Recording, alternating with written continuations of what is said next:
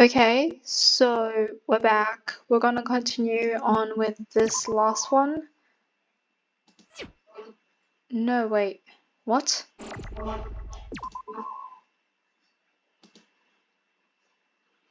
As difficult as it is, cling to what remains of Ashley, her memory. So last time I remember Ashley died after apparently she murdered Cyrus. Was that his name? Cyrus? So I don't know if it was her intention, but really, that's all you have this time, Eve? Summoned sentimentalism? Eve claims to be on your side, but look what she's done. Why not just leave Ashley to die of the complex 53 poisoning, Eve? Oh, I know why. Because you love reveling the despair too. She nursed Ashley back to health so I could kill her. Ashley returned to us only to be cruelly beaten to death. That moment, that shred of relief. It was so quickly squashed, and it was so quickly mutilated into his dark feelings. How pathetic. You'll never end the game like this. You'll fail once more. Despair will triumph over hope yet again, Eve. And it's all your fault. Zero and Eve walked away and the courtroom was engulfed in silent darkness once again. Echo. Missy's voice was a whisper. She laid a gentle hand on my shoulder. Hey, let's get you out of here. I listlessly followed Missy out of the courtroom. Everyone else filtered out of the courtroom at their own pace as well, dissolving into their own individual lost souls for the evening. Without a single word, Missy led me down the living quarter hall to my personal room. Before I entered, Kanon stopped me out of nowhere. I realized that must have been hard for you, Echo. But, here, just take this. Ken handed me a photograph. Oh my god. It was a photo of the students gathered in the atrium. Everyone was in the photo except me and Kanon. I took this photo on the first day. It was after the first Killing Game announcement. After the Killing Game announcement? I recalled the moment in time and went to my personal room after declining Ashley's invitation to use the spa lounge with Pandora. I mean, I guess if I went with Pandora, I could have saved her, but then this story would progress and it wouldn't, I insisted that I work my magic and take a photo of the group since we'd be staying together as a friend's mansion. Yeah, that died during the first episode.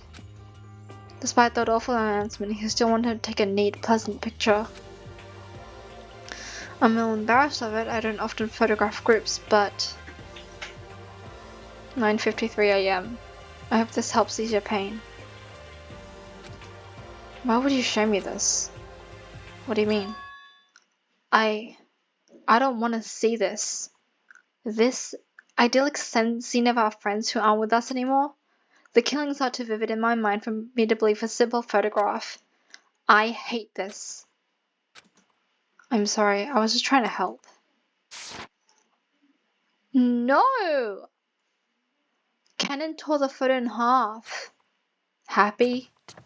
Kanon spat her final remark with a huff before sulking off, her footsteps heavy on the carpet. Missy picked up the pieces of the photograph. That was awfully cold of you, Echo. What do you want me to do? I mumbled. I have nothing to offer the world as an ultimate. I can't do anything. I feel like I lost myself in that trial.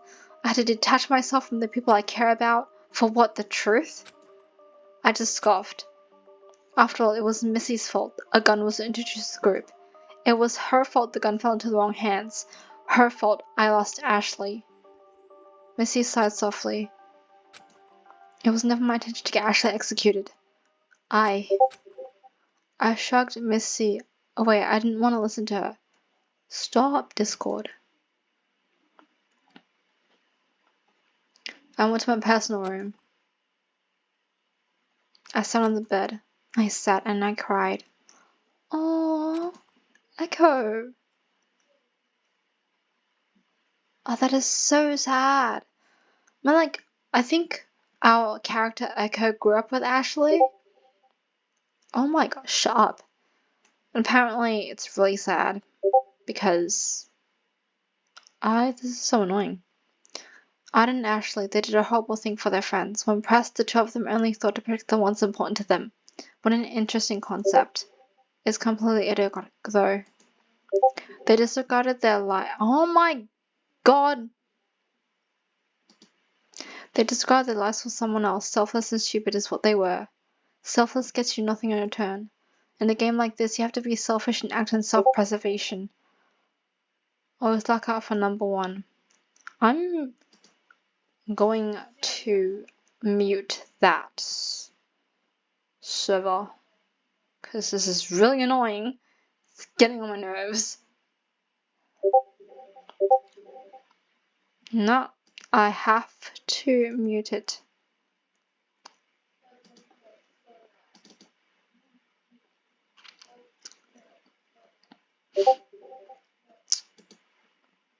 There we go.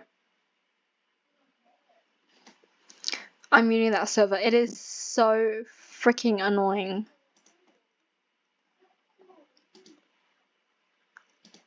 There we go. Number one.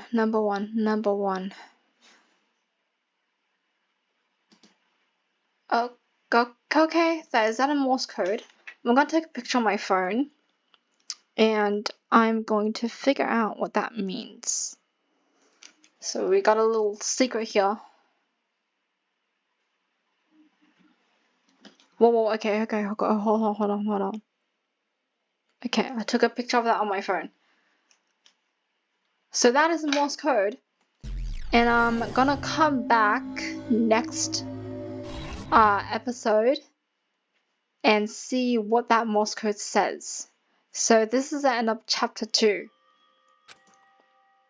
We're on chapter 3 now.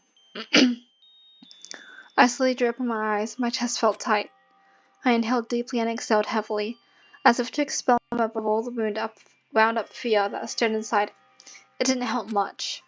My body felt leaden, my heart hollow. Rising from the bed, I shook the remnants of a trying sleep away. Look at my surroundings. I noticed I had thrown the cover and pillows on the floor. It was strange. I had fallen asleep, but I saw no dreams or nightmares. My subconscious felt suspended in a null zone. The clock read 4:15. AM or PM? I rubbed exhaustion from my eyes. Feeling numb and listless, I dragged my heavy body out of bed and shuffled toward the door, but I didn't know where to go. That's not true. I mumbled to myself. There was one place I could think of. Ashley's room?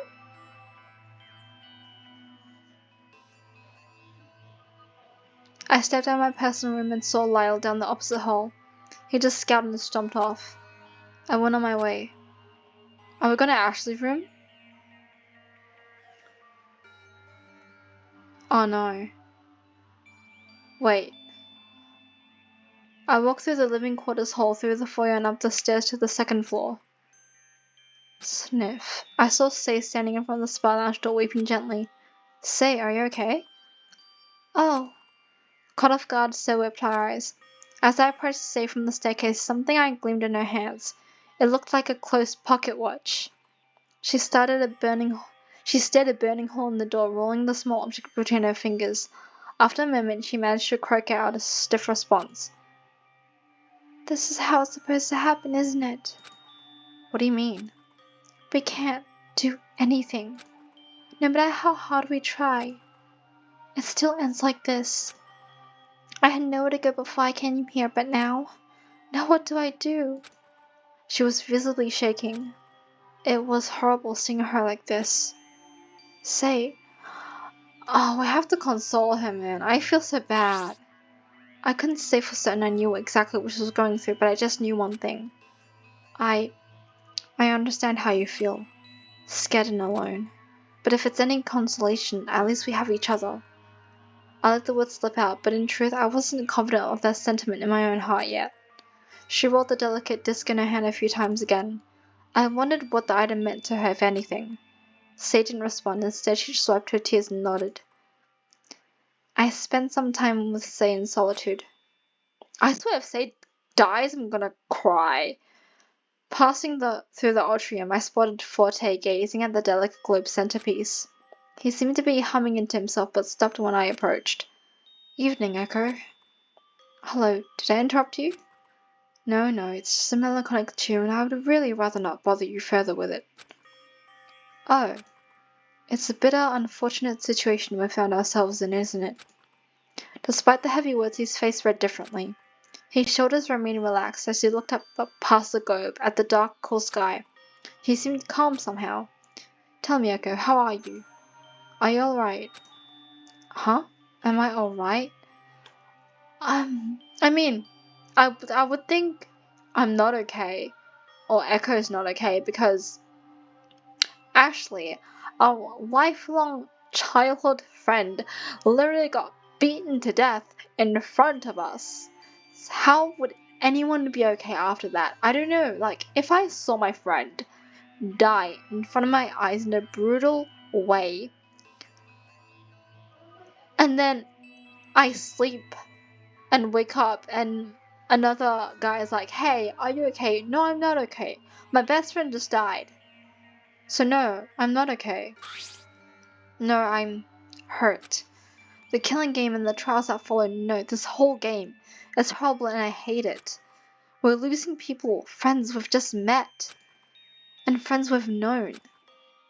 It feels like there's no end in sight. It's perfectly normal to feel devastation as we find ourselves cautiously navigating life or death situations.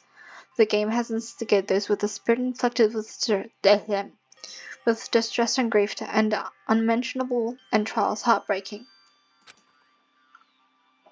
Yes, my soul's stirring, but in my experience on the stage, these sort of feelings never last for long. I know, but like, a stage is a play. We're playing with actual lives here. We move people to tears with our performance about tragedy, the loved and lost. Yet the audience knows the performance will end and thus they'll move on with their lives. I can't help but wonder, when? How much longer till the curtains close on this story? Until everyone dies? Forgive me for bending your ear with my thoughts. I'll let you be on your way. No, that's okay. It's comforting to know I'm not alone in feeling afraid. Indeed, we are never truly alone. I stood in a moment of silence with Forte saying his words with clarity. Damn! He's an opera singer!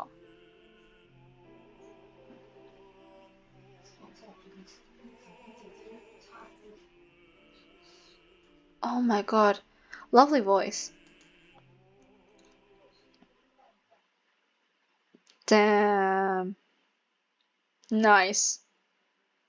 I made my way through the atrium and up the stairs, arriving on the third floor. I spotted Missy at the marble table in the center of the third floor. She was contemplating something. Missy?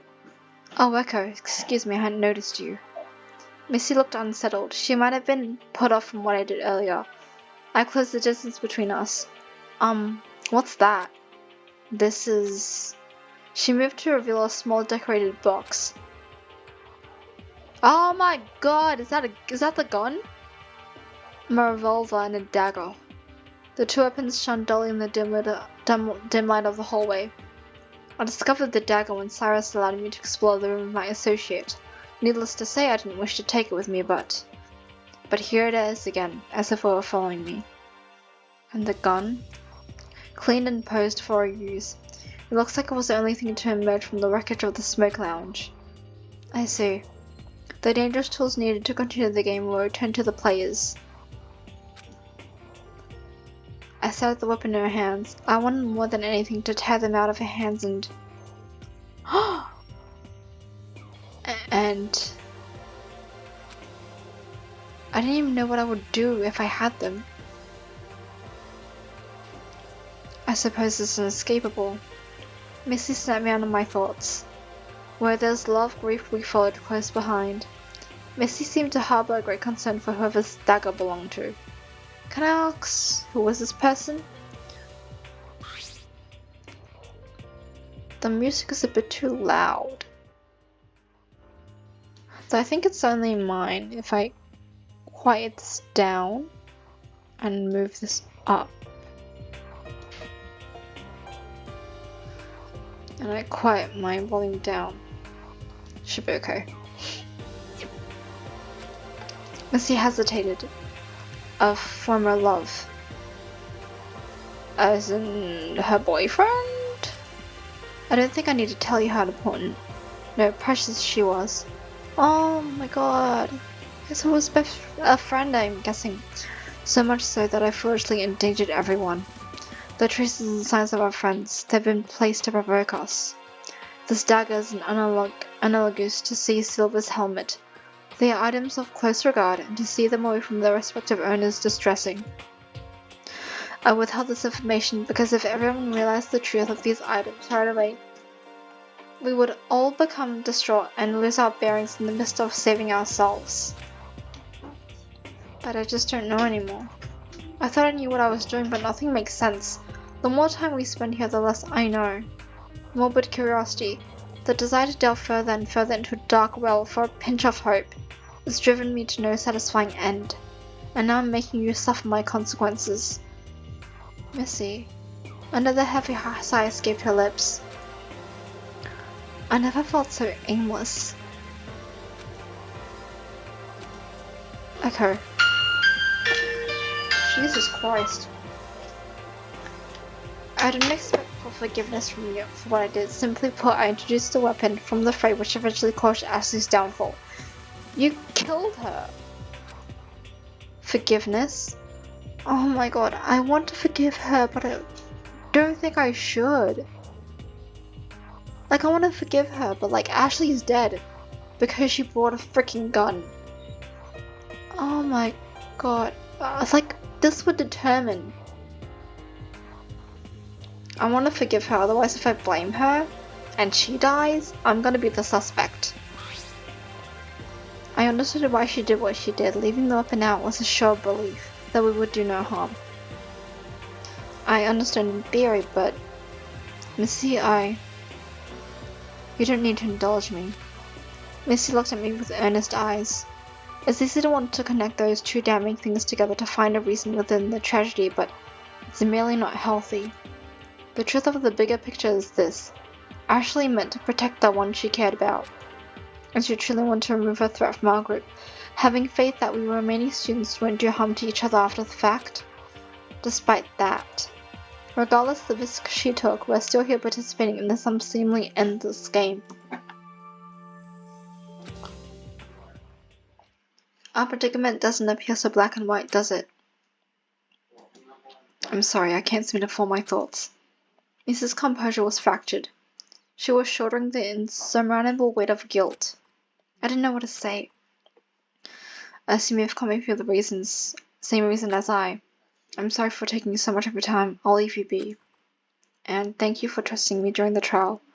I regret having put you through all that. I nodded almost invisibly as Missy made her exit down the stairs. I realized Missy was right. The situation was too complicated to make strict judgment on what was just or unjust. At the end of the day, everyone was in pain. What should I perpetuate in being so callous to them? I sighed. Arriving where my subconscious had urged me, I stood still. I stood in the casino, feeling phantom traces of what happened just hours ago exasperate my bones. My mind wishfully wandered back to a time before this terrible game, a peaceful time before the despair.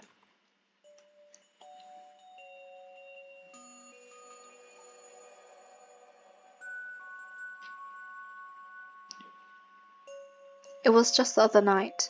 Ashley and I were talking about nothing in particular, but we knew our time together would come to an end. The autumn season was coming to a close, just a few more months for a new phase of life to rise from the horizon. We were relishing the bright warm sun of the present before it set into a peerless night. Sitting in comfortable familiar silence, we enjoyed each other's company. And then we came to this godforsaken class mansion thing.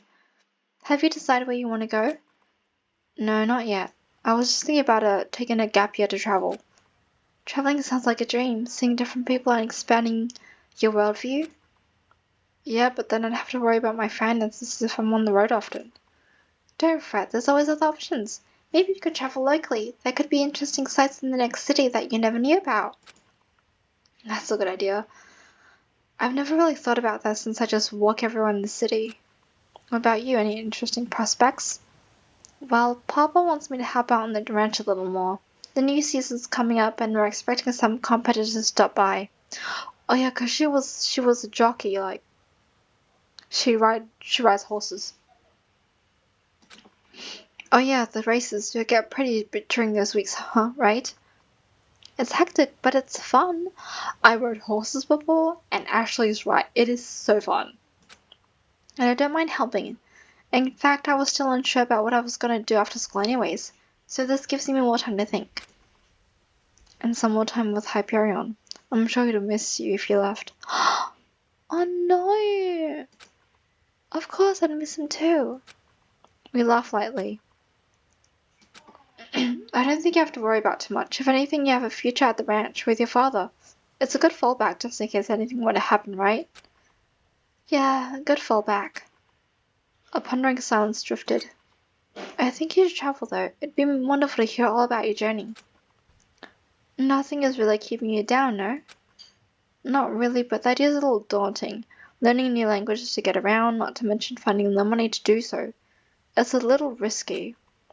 And we're probably not going to have many chances to see each other. There's always a million reasons not to do something. Yeah. Besides, if you ever get tired of traveling, I'll always be here. Just don't forget about me, okay? She flashed me that warm and comforting smile of hers. Oh my god, that's so sad. Don't forget. I felt my heart swell.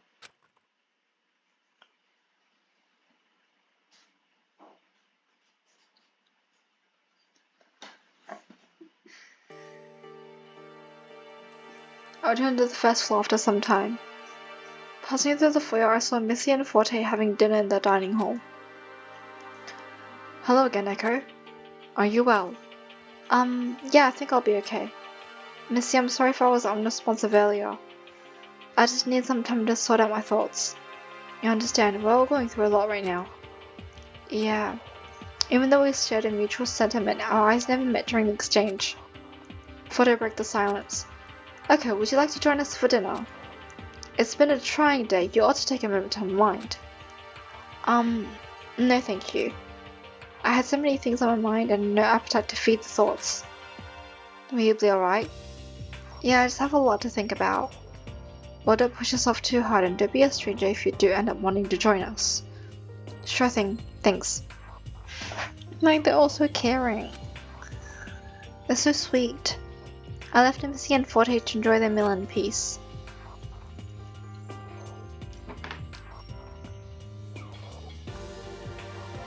So right now, Lyle and Kanon are in a bad mood. Don't know why. Missy and Forte are trying to comfort me. I'm wanting to be alone, and I don't know Say. I think Say's also in distress. I wandered to the middle of the main foyer and paused. Something was bothering me. Only concern I had involved someone that I hadn't seen all evening. Should I visit Kanon? I want to make sure she's okay. I figured since I didn't run into her at the Ashima anywhere along the way, Kanon must have been in her room. I went down the living quarters hall and knocked on the door engraved with her school symbol. Kanon, are you there? I just want to apologize. There was no response. I knocked once more for good measure. No, is she okay? Silence again.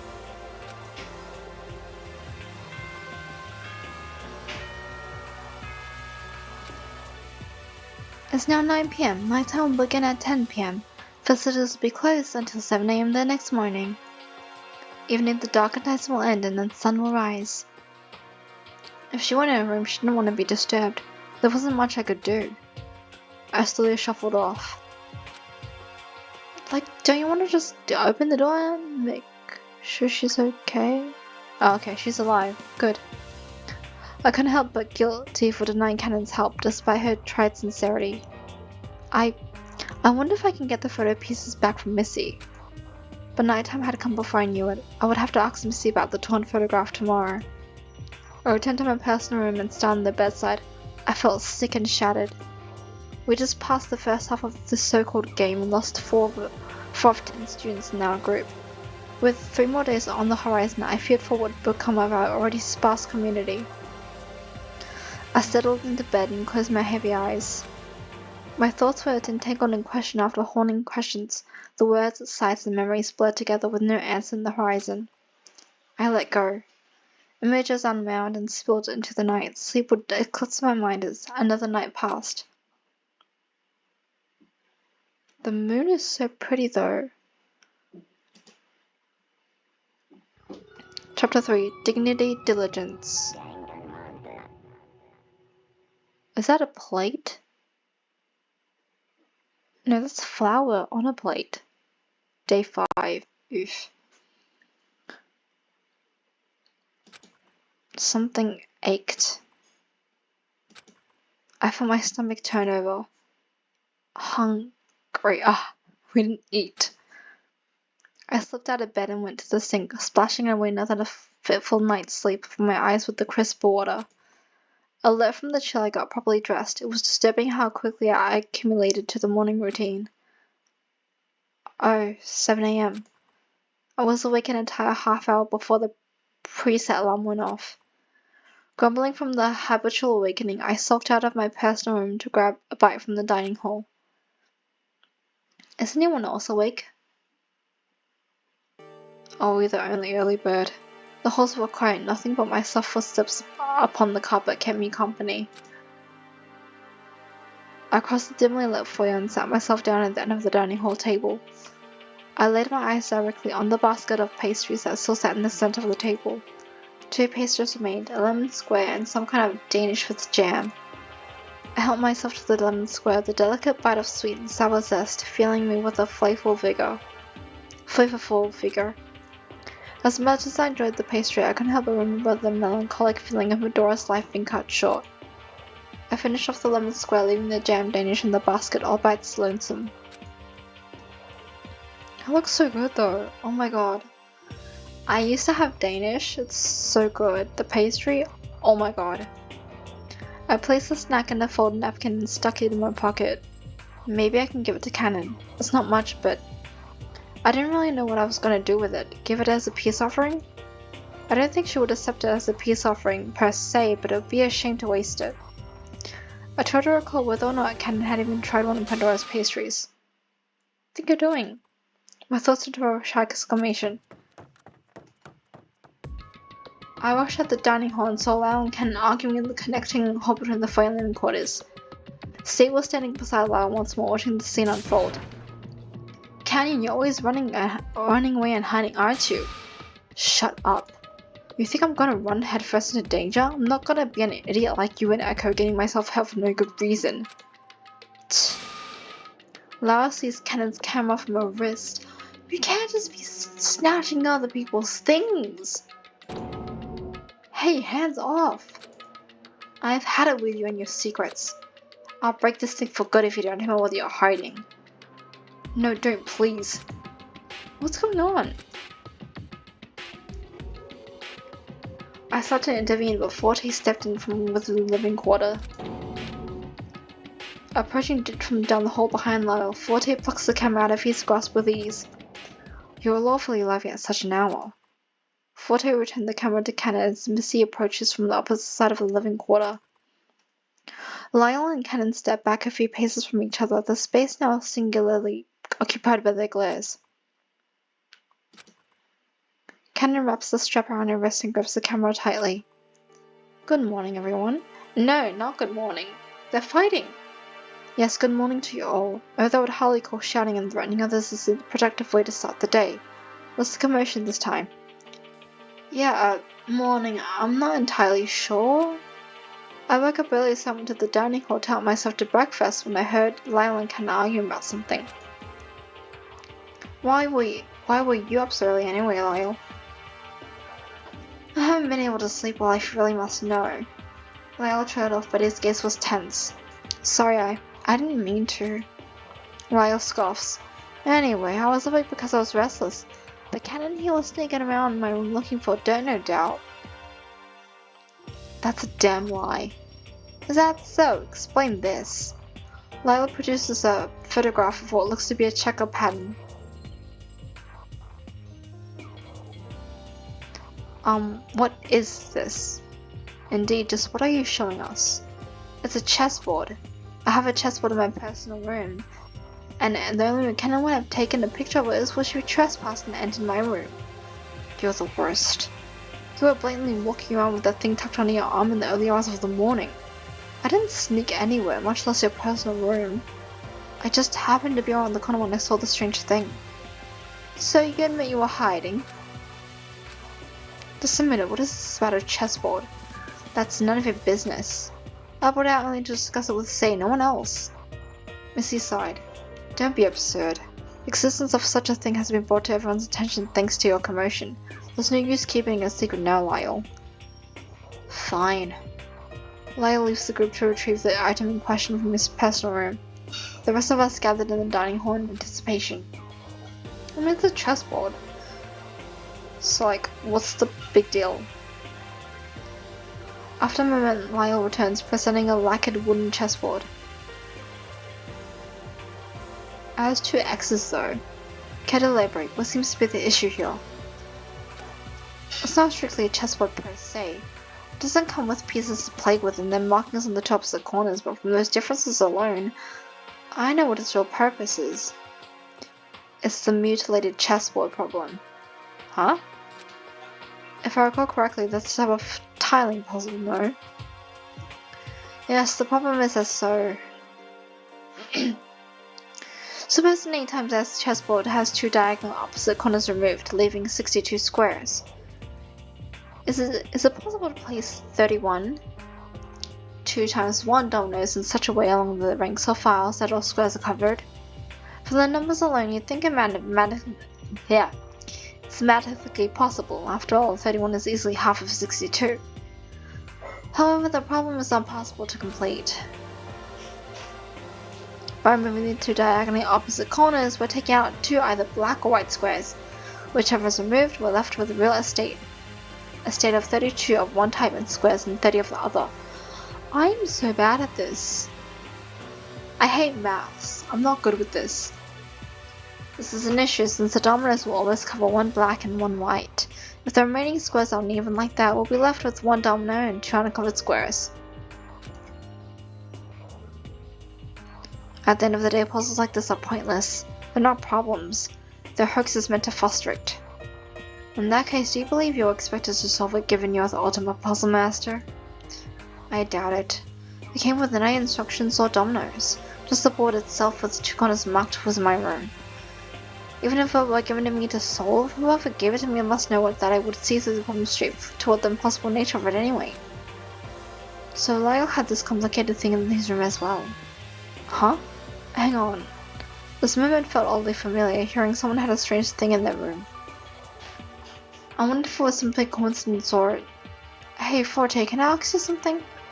What is it? When I was shocked on the first day, you took me to your personal room to keep an eye on me. I remember you had sheet music. What was it of? Of that. The sheet were actually select parts of the libretto for an opera I have some disdain for. Indeed, the story of a man that, despite his success, makes a deal with dark spirits to get what he truly wants. Like a deal with the devil? I don't care much for the moral of it. I see. His choice of words were rather nonplussed, but his brow furrowed deeply at the mention of the opera. Could these things be indicative of something more? In their respective rooms, Lyle had a frustrating puzzle, and Forte had a sheet music that turned out to be for a story he doesn't quite like. Interesting. I wondered then if the revolver in my room was present in a similar fashion, to test myself with a precarious game within the game itself. What could that mean? Do you think it has something to do with your talent as well? Perhaps, but conversely there's a discrepancy among the items. Ashley's room item had nothing to do with her talent. Yeah, Ashley received her friend Silver's helmet. In a way, it could have been read as a gift at first thought, but given the history, it might have been just a jab at the fight that occurred between them. And I can surmise what sort of a gift Kanon was given. Her camera. I haven't made any effort to hide it. But yes, I have some rather mixed feelings about this. Not elaborating any further, Kanon scowls as she stares at the device. So, did you also happen to awaken your room with a strange item? Yeah, I did. Would you mind sharing it with us? I wonder if it's also something tent related. Say momentarily withdrew into her own room to retrieve her item. Here. What is that? She produced a yellow skull and bone statuette. What on earth? Is that real? It couldn't be real. The shape is much too stylized to resemble anything realistic. I guess you're right. Such a depiction of a skull, fake or not, sent chills up my spine. This thing is kind of heavy too. When I woke up, it was sitting on the cabinet at the foot of my bed, staring at me. It's like it was telling me something bad would happen. It's horrible. I didn't know what to do with it, so I just hid it in one of my cabinet drawers. Say's item doesn't seem to have any outward appearance of it being related to her talent. However, the skull and bone statuette planned in a game centered around the murder. I get the impression that it was given deliberately. Yeah, it can't be just coincidence, huh? So Ashley wasn't the only one that had something out of place in her room when she woke up. It seemed nearly everyone here had something unusual in their room. Wait, all these strange things have something in common.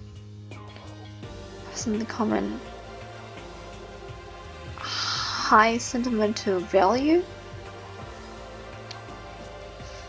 All items are to some degree disturbing. I mean, the camera isn't disturbing, but it's sentimental value.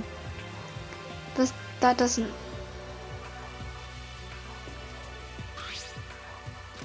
What?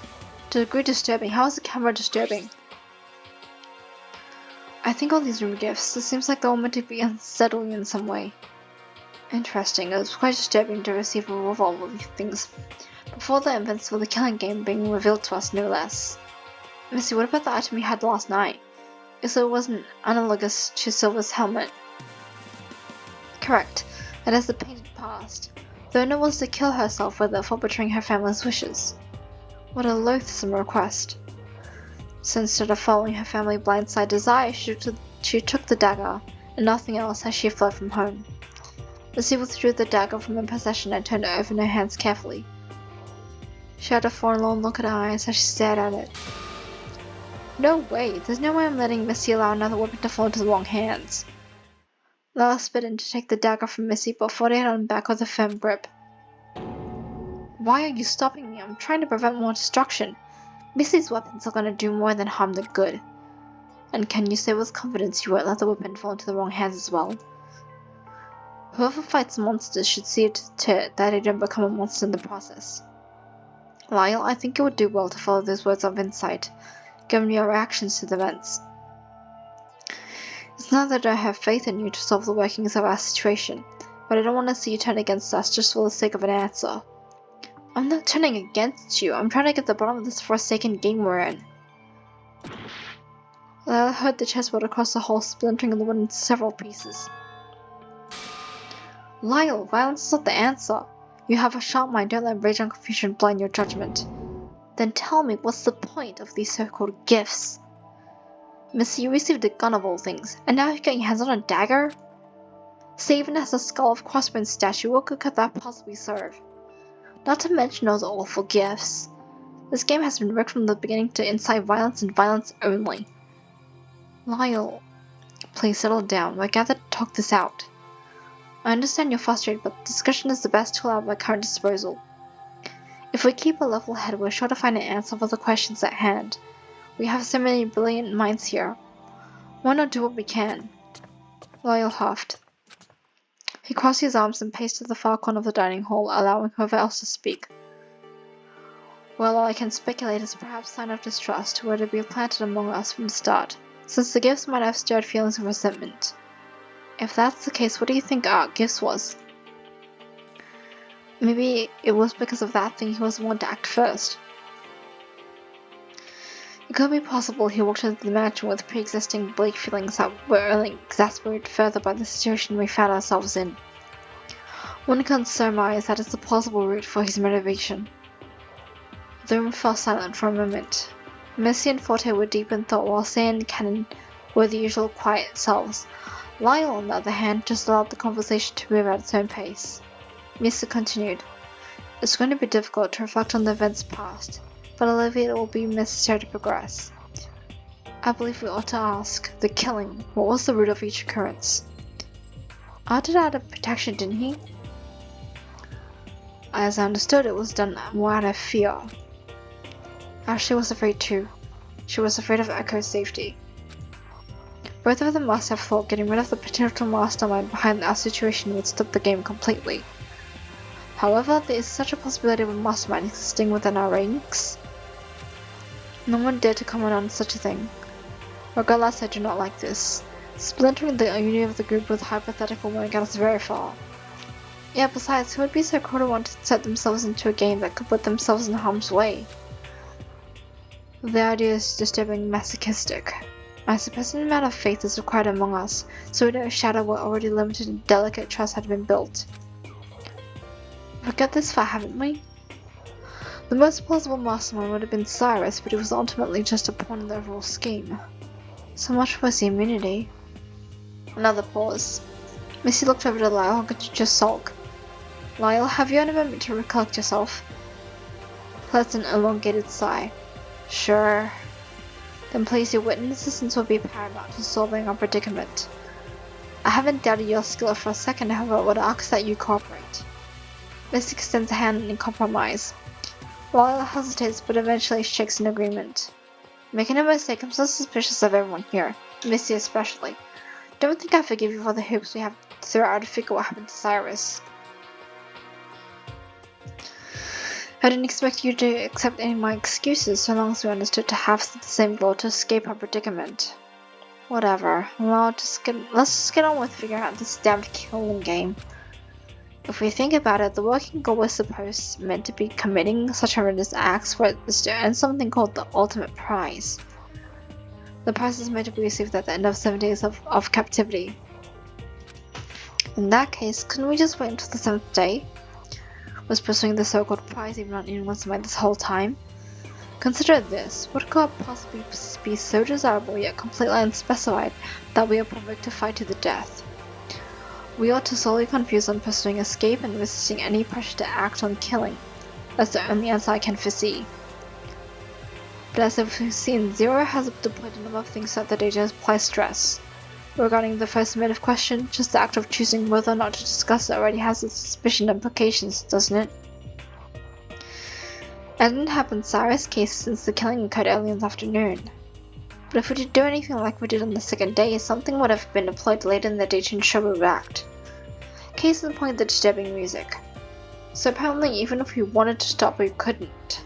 Because there's like motive question, and there's like stuff that make a certain someone wanna, murder someone. Then indeed waiting out wasn't going to be an option to begin with. As far as we could tell, nothing made any sense. Missy furrowed her brow. It's difficult to make concrete statements about our situation. The variety of strange things happening don't seem to have any rhyme or reason. So what can we even do?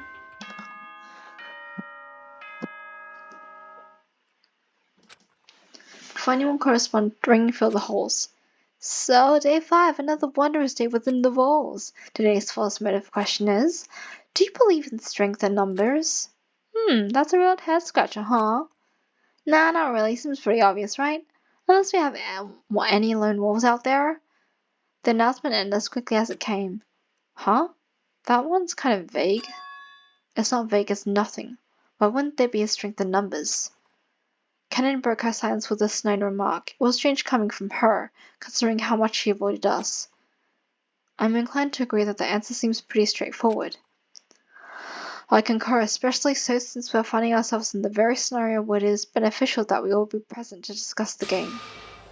Okay, so I agree that was completely pointless. Back to what we were talking about. What do we think the purpose of the ultimate prize and the preservation project are as a whole? Missy, you said you want to involve yourself with the script. Can you make head or tails of this?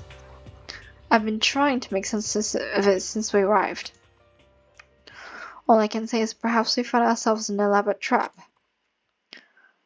heard Lyle matter, that's obvious. Under his breath, Miss ignored him. Okay, I believe you may be able to recall what I said when you asked about the ultimate students for the first time. Yeah, it was interesting what you said. What those individual groups or institutions do with the students is beyond me. I've not heard many stories of success or failure from anyone who has had the luxury of being accepted. Anyway, don't take much stock in the title, as I'm saying. What do those institutions do with the students? I mean, of course your talents would be highly coveted, but wouldn't the world be seeing constant new development in, like, biological discoveries and technology? Excellent observation. Well, I have always seen the developments indeed. It's clear that as ultimate students, we are at the crux of this game's existence. How do you mean? Who or what singularity determined the fact that we had ultimate talents? The Preservation Project. And Echo, you didn't seem to have any knowledge of the ultimate talents students of the Preservation Project at all prior to experience thus far. Huh? That's true. So I asked, how did you become a participant here? We all had to willingly sign up to be brought here. I'm curious whether Echo's presence is a discrepancy we have bet upon. It seems glaringly peculiar given the circumstance. That much is clear. In that case, I believe that we've been uniquely blessed with the peculiarity of Echo's presence that could shed light on our situation. What does that mean? He thought hard. I need more information. I have an idea where to potentially fetch the knowledge I seek. The library? Say. You know what? The reason for all this. Why is it so hard to figure it out? It's all meant to be beyond our comprehension and capabilities, isn't it? Why not just go along with the game instead of fighting it? So you're saying we should just keep on killing? What are you saying? Suddenly a rumbling shook through the dining hall. It sounded like it was coming from the foyer. We darted out of the dining hall to investigate. Huh? No way. The previously impenetrable main foyer doors opened. We're on day 5 and there's still 5 of you. That's impossible. The voice crackled. Test your strength. We open the doors as a group. Split up. Do nothing. I don't care. Your strength in numbers. Can you remain a group in spirit as you wander the mysterious halls? Yes, the doors once thought of as your only way out have been thrown ajar. They'd never really been an exit. You'll just assume so. How silly is that? And, oh, what's this? Facing opposite of the foyer doors, the elevator indicator lit up, showing a new floor available to us. The courtroom. I'll even let you all take a little detour to the courtroom.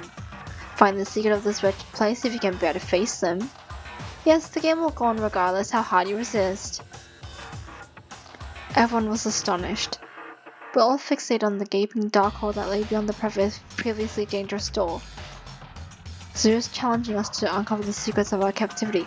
So be it. I will be infiltrating Cyrus's room. He had knowledge of mine and Ashley's connections. It's like he has access to much more information. What? But the door that mysteriously kept us in has opened up. There could be information further into the building too. Lyle pulls out the secret note he's been holding on to since discovering it on the second day. This note has to mean something. It's clear that Zero possessed one of the symbols that has shown himself in the courtroom, so the same has to be said about U symbol. Whoever's operating the announcement Evil or Zero has to be somewhere beyond the doors. It'd be too obvious for Zero to be hiding in the courtroom. What if it's simply an artificial intelligence behind the two personalities? Then what? Searching for something intangible and scripted to run the game, we won't relieve the overall secrets beyond the walls. Cyrus knew the things about the project as a whole. That kind of information can't be used at a time like this. Lyle, Missy, please. Arguing again isn't gonna solve anything. Agreed, I had to suggest it, but perhaps this opportunity is some false motive question presenting itself in a testable way. That's what I was thinking. If we recall day 3, the additional motive was dressing music was implemented at 4 p.m. We can split and investigate until 4 p.m., where we can rendezvous and exchange information, all while bracing ourselves for whatever Zero has in store for us. In that case, I'll venture into the unknown. If anything goes wrong here, you can bet I'll be the one to puzzle the truth together in the aftermath. Lyle stands squarely before the dim hole of the open doorway. I suppose it's our best option. If not the wisest thing to do given our already small group, but it would give us an edge in discovering the real secret of our whereabouts. Missy nods as she makes her decision to remain within the main wing. There are 6 of us, therefore we ought to divide into the groups of 3 so we can all keep an eye on each other in our respective areas. Breaking off into the 3 pairs is out of the question. Kanon, you're coming with me. What makes you think I want to go with you? As much as I'd miss your awful company if you didn't come, I'm willing to give you a camera and I think I might just be a touch useful going down, okay? Kanon rolled her eyes but did not object further. I'll join Missy, worry not, I shall not let anything go wrong. Besides, I trust Kanon to keep an eye on things for me. Sure you do. We'll decide on splitting between investigating beyond the 4 doors and remaining in the main wing. With only myself and Say remaining, I'll look to her to see what group she would go with. Say remained still. I guess she was waiting for me to make my choice first. I wonder if everyone else looks sprinting far from this. I'll go with Say, because everyone has like... Say, did you have any preference? No, I'll go with whoever. I don't care, you pick. Okay. So whichever group I decide to go with, Say will likely join the other. Let's say Forte. What do you think you'll find? We can say I certainly don't know what to expect, but I'll do my best to assist Missy in her endeavours. Oh, I see. I'm not sure what I could offer to the investigation. Half of a memorable experience in the overall scheme. Don't fret, if you can lend a hand, keep in mind simply the impact we have on other people. We're important to each other. I'm gonna finish these 3 and then I'm going to find out what that code meant. The mixture of 1 and 0s. Because I really want to know what it said. And I'm so excited. I'll come back next video to say what it meant. But I have to like search it up and all that. I think it's like Morse code or something. Not Morse code. But it's like a code. Are you having trouble deciding? A little. I'm mostly worried that something bad might happen. It's perfectly normal to feel fear. It means you're still human. Your senses haven't acclimated to the awful environment. Okay, hurry up, will you? I know, I need some time to think. The back stand is in action. We have to dig up this miserable piece of secrets. If the last patience wasn't already paper thin, I just applied a hydraulic press to top it with my indecision. I approached Kanon, wishing to apologize for what happened yesterday. I didn't quite know what to say. Kanon did lift her eyes to meet mine as I tried to organize my thoughts. Echo, hustle! Please, Echo, time of the essence. Kanon, couldn't you just stay silent? Come on, you all. I'm being very generous right now. You don't want your picture to go to waste, do you? Time's wasting. Cyrus' taunting voice rang through the halls once more, his laugh crackling through the speakers. This feels like an important choice. Perhaps you should think carefully. Join which group?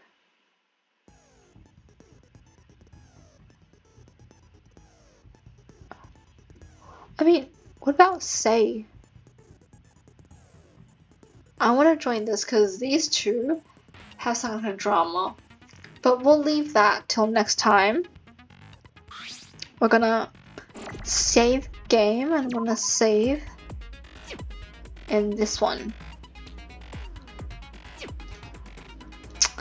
So, I'm gonna end this video now. Thank you guys so much for watching. I'm so excited to know what the code meant. I'll come back next time and we'll talk about the code and what it could mean. But I'm gonna end the video now. Thank you guys so much for watching. I'll see you in the next one and remember, stay creepy. Bye bye!